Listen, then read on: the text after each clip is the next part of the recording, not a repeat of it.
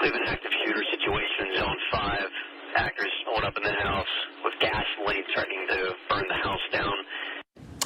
And that's when we learned just how serious this entire incident really was. Dozens of law enforcement from the city of Pittsburgh, Allegheny County State Police, SWAT, and more all responded to this neighborhood today. That entire area has been shut down ever since. A nearby Children's Hospital, just about a half a mile away from where this is taking place. West Penn Hospital, also nearby. They have extra security in place and protocols today. Police worked to get many of those neighbors evacuated, all in the backdrop of gunfire that was seeming to go off every few minutes. Now, we do want to show this to you as well. Sky 4 video showing some of the windows of the home being blown out by gunfire. Just really some stunning video this afternoon of the situation here in Garfield. And then, Kelly, let's go to about 3 hours after this all began. We saw this. SWAT officers, as you see right there, taking someone out of that home. Now, we would learn that this was a rescue, and that person being taken out is not the suspect. That person, as you see, was put into the SWAT truck, taken away to safety, but a dramatic rescue in the middle of all of this. We've also heard from the White House this afternoon, and we're told, quote, the president has also been briefed on reports of the active shooter situation in the city of Pittsburgh. And of course, neighbors all over Garfield heard that repeated gunfire today going off for hours. It's just a terrifying afternoon. In fact, we spoke with one neighbor about what she heard. They've been firing and firing and firing.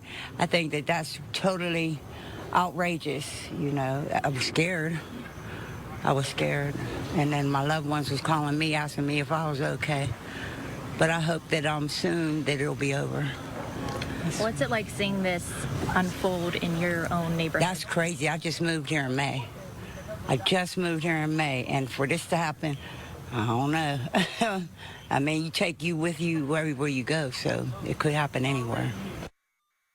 And our team all day has been in the air, our crew up in Sky 4 and on the ground tracking this to bring you and all of us the very latest. That's right. We've had Bob Mayo out there. Also, you saw Marcy Cipriani.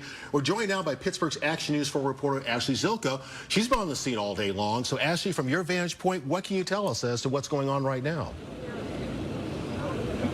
Well, we're on Penn Avenue, where, of course, there are a lot of businesses and activity, and you can see behind me there are also multiple number of law agencies here, but this was also the spot where community gathered for hours, the neighborhood just looking for more answers. We even talked to a 12-year-old boy. He was actually right there in front of the house when gunfire broke out.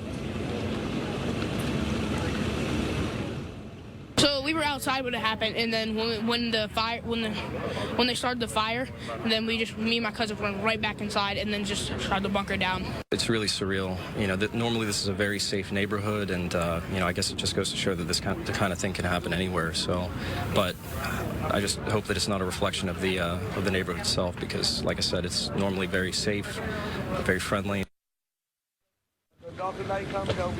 Just a few more stories we heard. Another woman I talked with said she lived just a few houses down from where this is all unfolding. She sheltered in place. She was told to call 911, give her address. That's when police came to her home.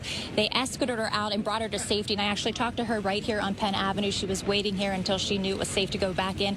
Of course, it is not at this time, so she is still out here. Another person, I'm right across the street from Allegheny Cemetery, and he was actually visiting family members when he heard gunshots. He said he had to duck and run for cover. So many stories out here, but the community really coming together. They're devastated and heartbroken, and again, in shock. Back to you. All right, Ashley Zilka live for us this afternoon. Thank you, Ashley. And as we've been talking about, really all parts of Garfield affected, not just Broad Street and North Matilda.